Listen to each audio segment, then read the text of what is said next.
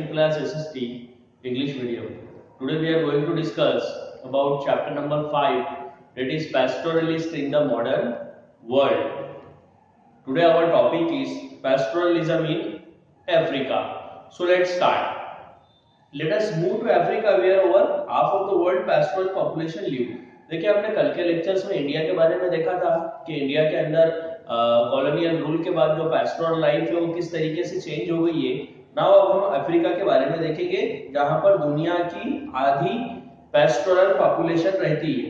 देखिए आज भी अगर हम आज की भी बात करें तो 22 मिलियन अफ्रीकन कहीं ना कहीं पैस्टोरल एक्टिविटीज पे डिपेंड करते हैं अपनी लाइवलीहुड के लिए। दे इंक्लूड कम्युनिटीज लाइक, अब देखिए इनमें कौन कौन सी कम्युनिटीज आती है, Bedouins, Berbers, Maasai, Somali, Boran, Turkana, ये कुछ मेन कम्युनिटीज है, मींस मेन पास्टोरल कम्युनिटीज है। Now most of them live in the semi arid grassland and arid desert where rain fed agriculture is difficult. देखिए यहाँ ये जो ज्यादातर Africa की पास्टोरल कम्युनिटी है ये सेमी एरिड ग्रासलैंड में रहती है या एरिड डेजर्ट के अंदर रहती है जहां पर रेनफेड एग्रीकल्चर डिफिकल्ट होता है। दे रेज्ड कैटल। अब देखें यदि अगर हम बात करें ये जो कम्युनिटी इनके पास कौन कौन सी एनिमल्स वगैरह रहते हैं तो देखिए इनके पास cattle, camels, goats, sheeps, donkeys, इसके अलावा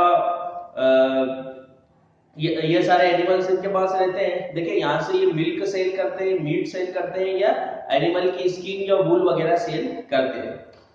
Some also earn through trade and transport। देखिए बहुत से जो अफ्रीका के पैस्टोरल कम्युनिटी के लोग हैं वो ट्रेड और ट्रांसपोर्ट से भी कमाते हैं और इसके अलावा पैस्टोरल एक्टिविटीज के साथ उन्होंने एग्रीकल्चर को भी मिक्स किए हुए हैं ताकि जो कुछ सप्लीमेंट में इनको इनकम है यहाँ से मिल जाए। Like pastoralists in India, the lives of the African pastoralists have changed dramatically over the colonial and post-colonial period।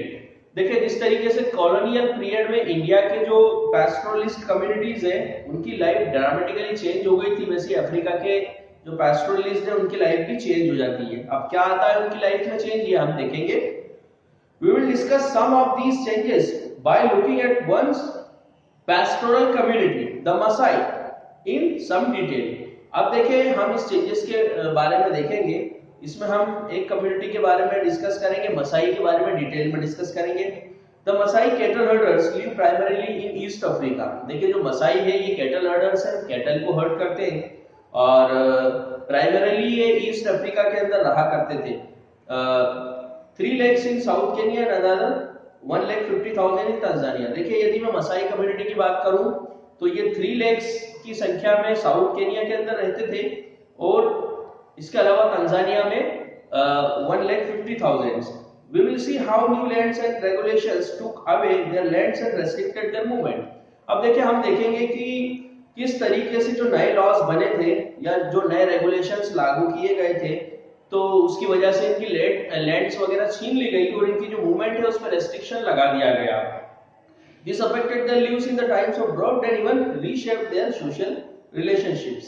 देखिए ये सारी चीजों की वजह से ये जो लॉज हैं और ये जो रेस्ट्रिक्शंस की वजह से इनकी जो लाइफ से वो ड्रग्स के टाइम में भी बहुत ज्यादा प्रभावित हुई। Okay, now where have the grazing land gone. अब जो एक ग्रेजिंग लैंड है इनकी कहाँ चली जाती है उसके बारे में हम डिस्कस करेंगे। One of the problem of the Maasai have faced is the continuous loss of their grazing lands before colonial times। Maasai land stretches over a vast area from North Kenya to steppes to the northern Tanzania। देखिए colonial times के पहले जो मसाई लोग हैं या Masai community के लोग हैं वो मसाई लैंड से लगाकर तो एक वास्ट एरिया में स्ट्रेंज करते थे, नॉर्थ केनिया से लगाकर तो स्टेप्स ऑफ नॉर्थ तंजानिया तक के इनका एरिया था। ओके, अब देखिए क्या होता है। In the late 19th century European imperial power scrambled for territorial position in Africa. अब देखिए मिड 19th सेंचुरी में क्या होता है कि जो यूरोपियन इंपीरियल पावर होता है वो टेरिटोरियल पोजीशंस के लिए आता है अफ्रीका के अंदर और इन सारी जगहों को वो छीन लेता है, slicing up the region into different colonies. In 1885 Maasai was cut into half with an international boundary between British Kenya and German Tanganyika। Subsequently, the best grazing land were gradually taken over for white settlement. अब देखिए जो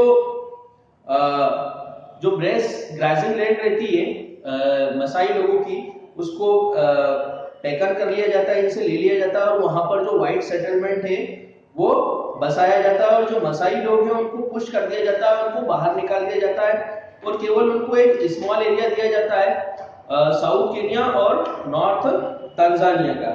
okay क्योंकि देखिए 1885 में जो Masai land है उसको cut कर दिया जाता है और वहां पर इंटरनेशनल बाउंड्री बना दी जाती है, तो इसको हाफ में कट कर दिया जाता है और वहां पर इंटरनेशनल बाउंड्री बना दी जाती है ब्रिटिश केन्या और जर्मन तंजानिया के बीच में।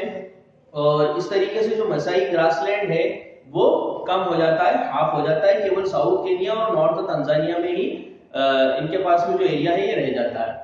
The Masai lost about 60% of their pre-colonial land। अब देखिए मसाई लोग यहाँ पर अपनी 60% जो लैंड है वो खो चुके हैं, क्योंकि यहाँ पर जो व्हाइट सेटलर्स है उनको बसाया गया। They were confined to an arid zone with uncertain rainfall and poor pastures। अब देखिए जिस एरिया में यहाँ पर ये आए हैं, यहाँ पर रेनफॉल भी अनसर्टेन है और पास्चर भी यहाँ का पुअर है।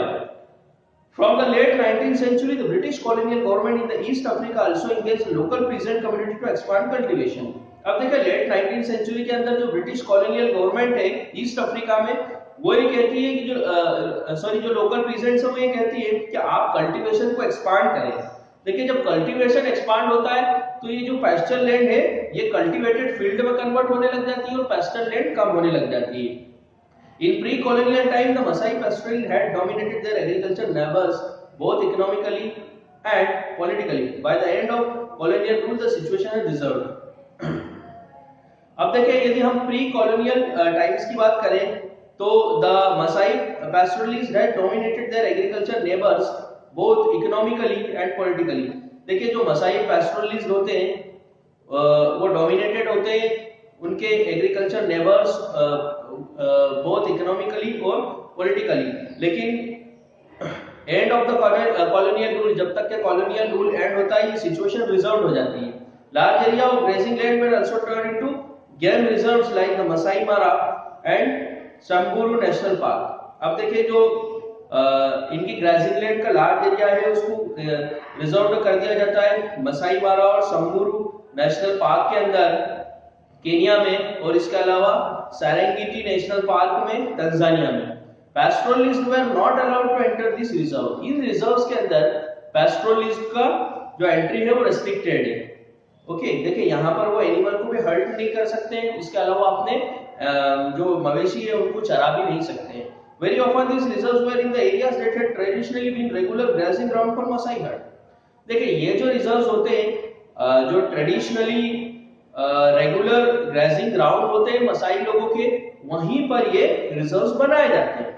The Serengeti National park for instance was created over 14,760 kilometre. देखिए सेरेंगेटी नेशनल पार्क है उसकी जो लंबाई है जो इसका एरिया है वो 14,760 किलोमीटर का है, तो ये भी जो है मसाई ग्रेजिंग लैंड को लेके ही बनाया गया है। The loss of the finest grazing land in the water resources created pressure on the small land of the land that Masai were confined within। अब देखिए मसाई लोगों के पास में जो ग्रेजिंग लैंड है जो एरिया है वो बहुत कम रह जाता है, तो अब इन्हें दिक्कत होने लगती है, मतलब अब इनके जो मवेशी है उनको ग्रेजिंग की दिक्कत होने लगती है। अब ये शॉर्ट एरियाज के अंदर जो छोटा एरिया है उसी में ये ग्रेजिंग करवाते रहते हैं और इससे क्या होता है कि जो पास्चर जो उसकी क्वालिटी कम होने लगती है वो पास्चर्स खत्म होने लगता है। ठीक है ना। Fodder was always in short supply, तो देखिए जो फॉडर है उसका सप्लाई भी कम होने लग जाता है। Feeding the kettle became a persistence problem, तो अब ये केटल को फीड करना एक परसिस्टेंस प्रॉब्लम बन जाती है। ओके तो देखिए हमने देखा कि जैसे इंडिया के अंदर कॉलोनियल रूल आया था, उस कॉलोनियल रूल में यहाँ की जो कम्युनिटीज थी जैसे बंजारास, राइकास, तो उनकी लाइफ किस तरीके से प्रभावित हुई थी नए फॉरेस्ट लॉ के आने की वजह से। तो हम अफ्रीका में देख रहे हैं कि अफ्रीका में भी जो पास्टोरल कम्युनिटीज है जैसे मसाई, तो उनकी लाइफ किस तरीके से प्रभावित हो रही है कॉलोनियल रूल के आने से और नए लॉज के आने से।